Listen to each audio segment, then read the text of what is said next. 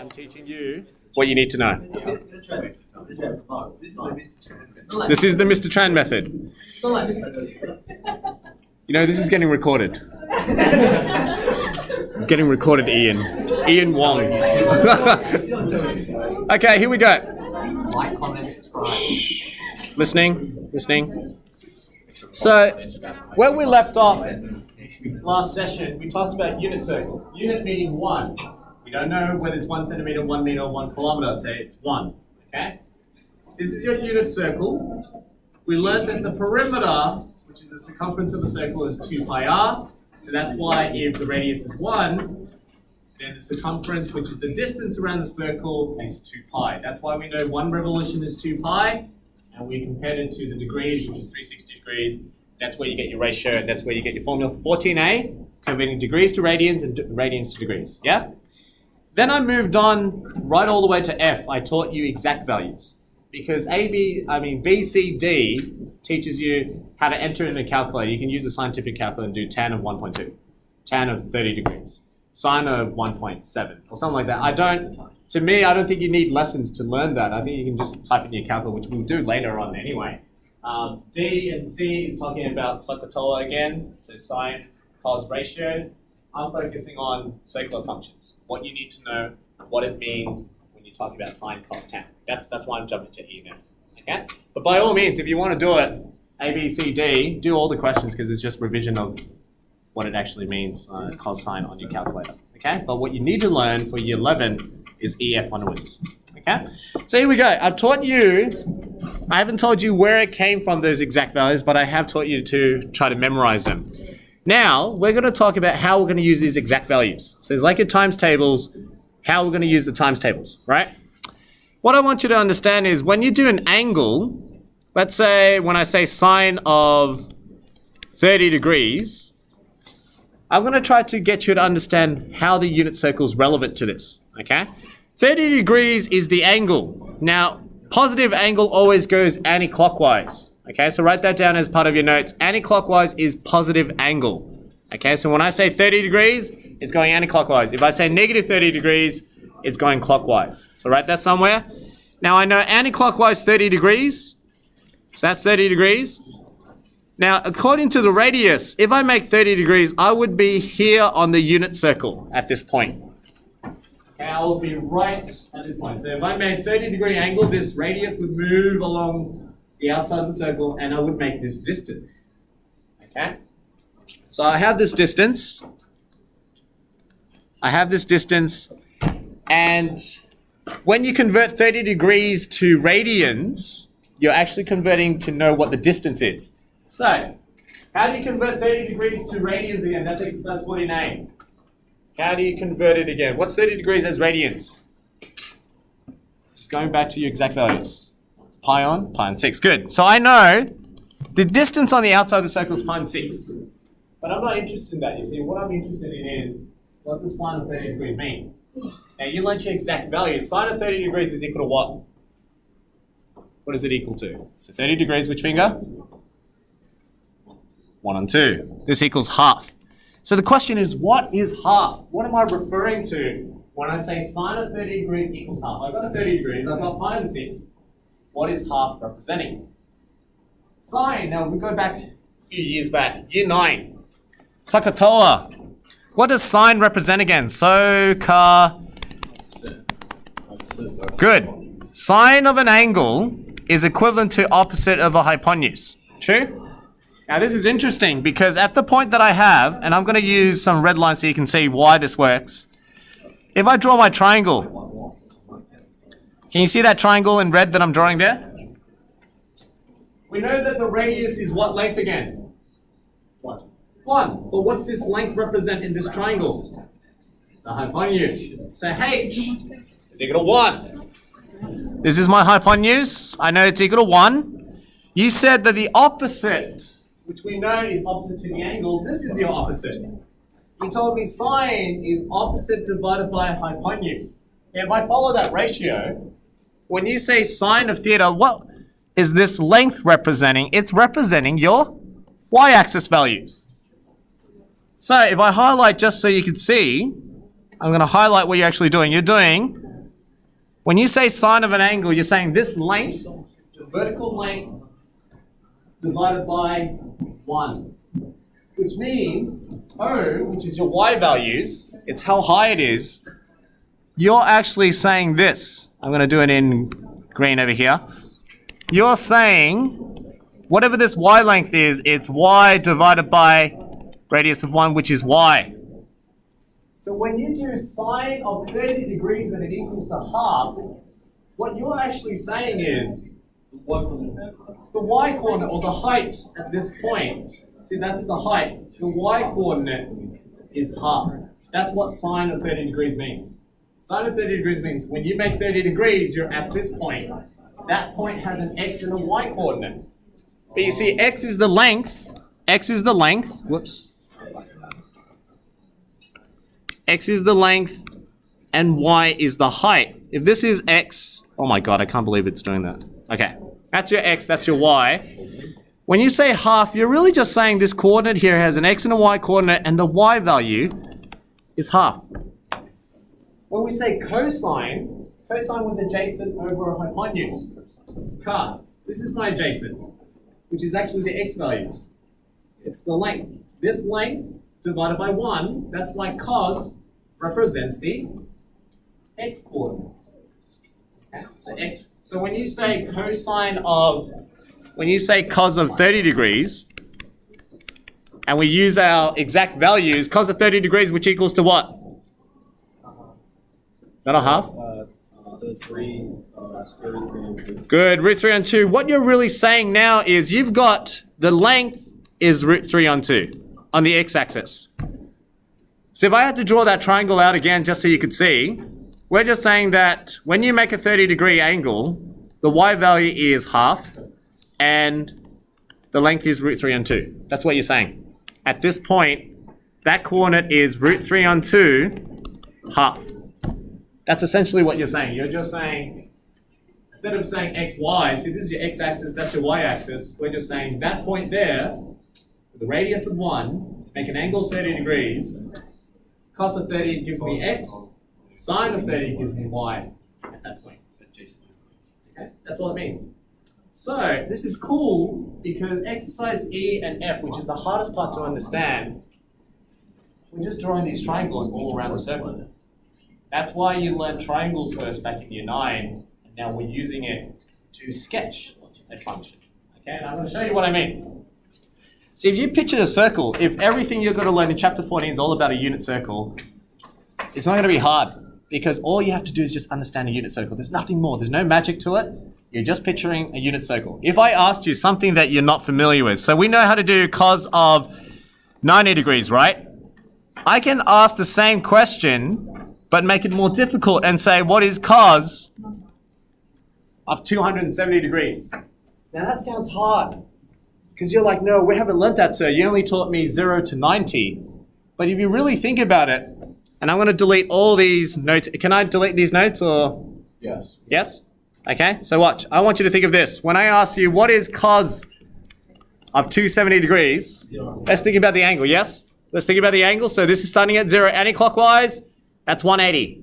All the way down here is 70. So this is where my line is right now. Okay? This is 270 degrees. Now that means I'm sitting at this point. That's the point I'm sitting at. Because I went from here, and I went all the way to 270. That's 270. So if I had a length of 1 and I moved all the way, where am I on the unit circle? I'm right here.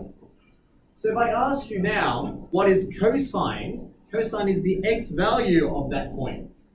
Now that point there, we said that it has a length of 1. This coordinate here is 0, negative 1. So what's 0? 0 is your x values. What's your y value? Negative 1. So if I ask you what's cos of 270 degrees, we should all know the x coordinate right at this point has to be 0. 0. So that's why you do know it. And that's why you only need to know the special 90 degrees. You only need to know from 0 to 90 because each one is 90. From here to here is 90, from here to here is 90, from here to here is 90. And we use the same triangle just to predict where it is. The only things that change is your x values and y values. It could have been half, positive half, and then if you go 30 degrees this way, then it's negative half. Okay? I'll show you what I mean by this. Let's think about it this way. if you know that cos of 270 is currently 0 because of the coordinates, let's try another one. What if I ask you this? Now, you know, at this point, let's say it was 30 degrees. You told me we had root 3 on 2 and half. That's what we went through, yeah? This is my triangle. Now, what if I did this exact same triangle? 30 degrees on this side. Oh, whoops. Let me just delete that random point there. Here we go. Let's do the same thing. Now, I want you to think logically. It's the same triangle. So that means the width and the height should be the same. If this width is currently root 3 on 2, then what should this width be? Yeah. So if I asked you now the angle, see if you know this is 30 degrees and this is 0 here, how many degrees would I have to go to get here? What would that be? 150. 150. How'd you know? Because you know all the way here's 180. If I lose 130, then obviously the leftover is 150. So if I ask you what is the x coordinate at this point, I would say what is the cos of 150? Cos of 150 really just means the same thing as negative cos of 30. That's why it gets tricky in exercise 14E, 14F, just because of the writing. But logically, it makes a lot of sense. It makes a lot of sense here that we're just talking about the x values, x, y values, y values. So if I wanted to know this particular coordinate here, this is an x and a y coordinate. I know that x is the cos of this angle, which I'll do in another color so you don't get confused. This angle here, we said it had to be 150 degrees. So if I did cos of 150, I'm really just asking when the angle's 150 degrees, which goes all the way here, that's 150. I'm sitting right there on the unit circle. You say cos, it just means what's the x value. Can you tell me what the x value is when I'm there? But because you know that's 150, I only need one more 30. I only need another 30 to make a full revolution, or like half a revolution. That's why you know you've got a triangle of 30 degrees here. Now that's 30 degrees there, then cos of 30 we know, because we knew it over here. Cos of 30, you told me was root 3 and 2 as your base, so that's why you know here, negative root 3 and 2, and this is root 3 and 2. You know this is half, so this has to be half. So that means cos of 150 is negative root 3 on 2, but at the same time, sine of 150 has to equal to what then? What side of 150, looking at that diagram? Negative half. Not negative half. Half. Half, why is that? Half, right. Because it's the y values. It's the y values. Okay. Now, it was 270. this is where I'm going to blow your mind, where you don't have to memorize. There's a page where if you learn it from a lot of textbooks and whatnot, they call this thing called ASTC. I don't want you to memorize that because there's no point memorizing if you just understand that concept. You're just moving around the unit circle. X, Y, X values, Y values. The ASTC, you don't even need it. Because you just told me something that I didn't even teach you ASTC, and you were able to figure it out. Okay, and I'll show you where the ASTC comes from. I'll show you what it means, okay? Have a think about this. I'm just gonna, can I delete the notes or are you guys still copying? I'll delete it, all right. Here we go. I want you to think about this. If I drew a line here, let's just think about the X and Y coordinates. Is my X and Y positive or negative? Positive. They're both positive. So that makes sense, right? Then I'll draw a coordinate over here, exactly the same angle. So let's call that theta, same angle. Now, what would the X and Y be? Which one's positive and which one's negative? Y is positive, X is negative, right? Very good. That's why they call it the sine region, okay? Next one, if I drew the same thing, I drew another same triangle with the same angle, why does it do that?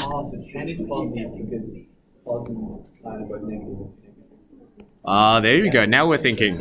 That's very good. Exactly what you just said, Seb. And that's what I'm trying to teach you guys. Okay, so you can see at this coordinate, if I asked you what is X and Y, you would say that both X and Y are both negative. Very good.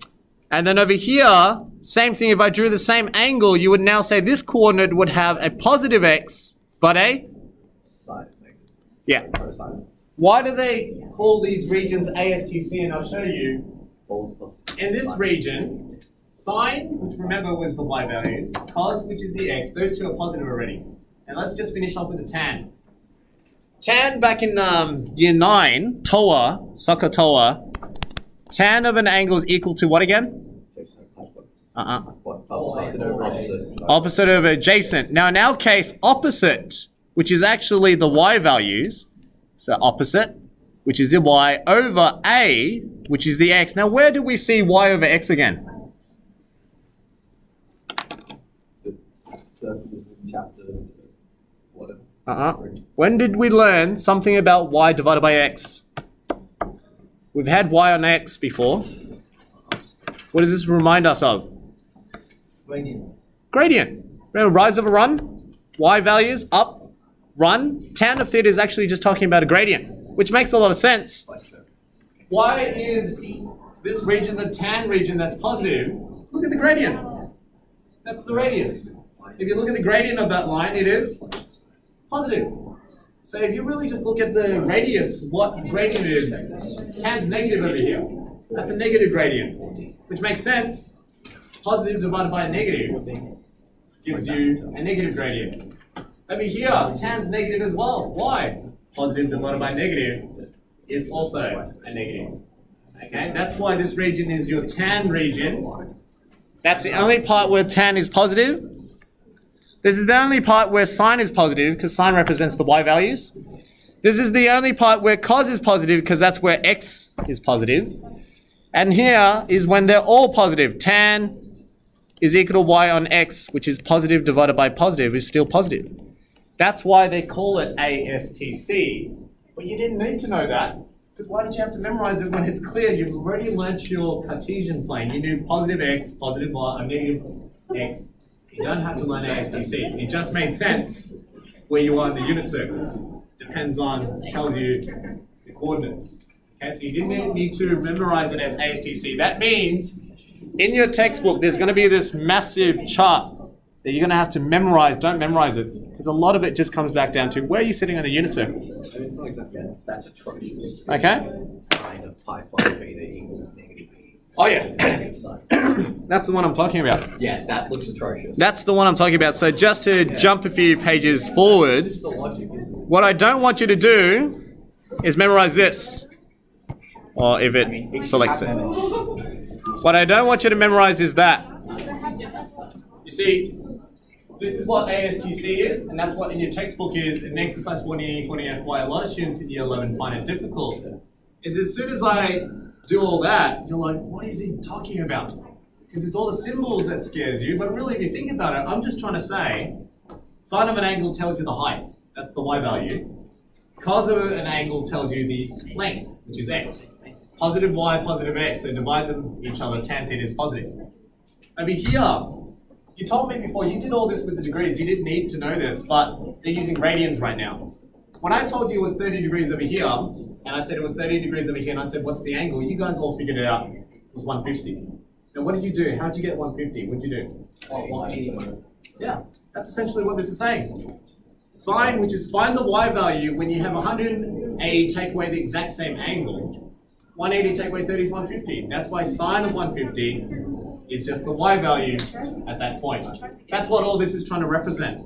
But students who don't understand it, you're going to try to memorize all that. And they call it ASTC, and then you try to go, oh, when do I use that?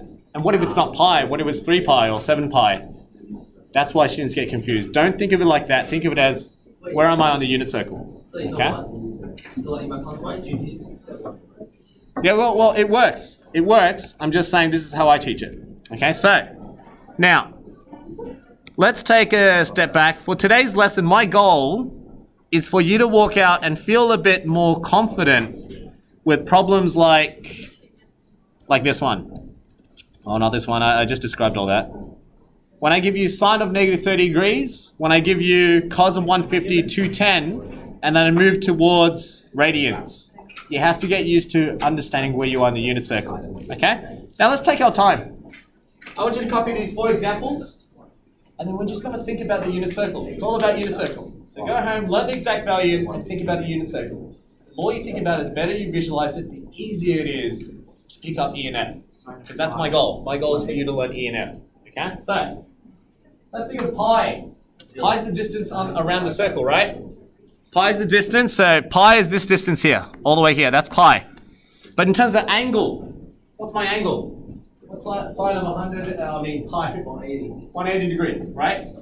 So this is where I'm at. That's where 180 degrees is. That's where pi is. That's the point that I'm sitting at right now. Now at this point, when you say sine, what values are you looking at? Y. It's the y coordinate. So right at this point, if I asked you, what is the y coordinate at that point? What would you say? 0. So at that point, that's just negative 1, 0.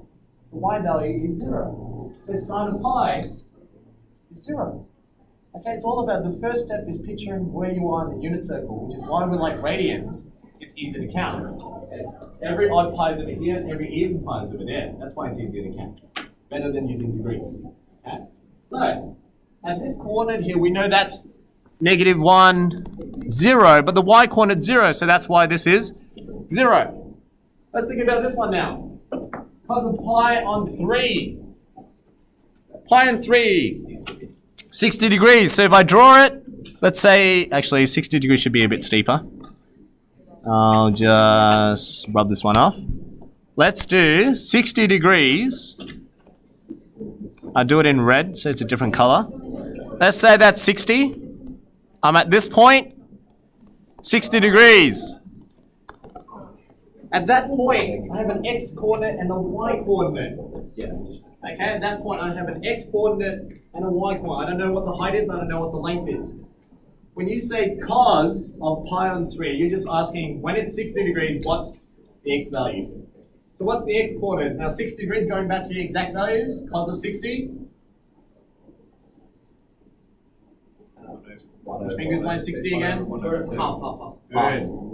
This is my 60 degree finger, pi on 3. It's root of 1 over 2, so I know that 60 degrees, cos of 60, which is cos of pi on 3, is equal to, this here is half. That's a distance of half, so that means this coordinate has an x coordinate of half. Okay? But if I put a negative in front of it, well, it just means negative half. That's it. That's my answer. Because cos of pi on 3 is half. Half times a negative is negative half. Okay? So we don't know where that point is. We don't care about that negative. We just know cos of pi on 3 is the angle. Focus on the angle. Okay? Let's try another one. What if I now did sine of, let's say, let's do 3 pi and 2. I wonder if you guys know where that is. It's all about figuring 3 pi and 2. Once you know where you are in the circle, it makes it easy. So picture the circle. Question is, you have to get used to radians now. Okay, if I change it to degrees, you all know the answer. But I want you to work with radians.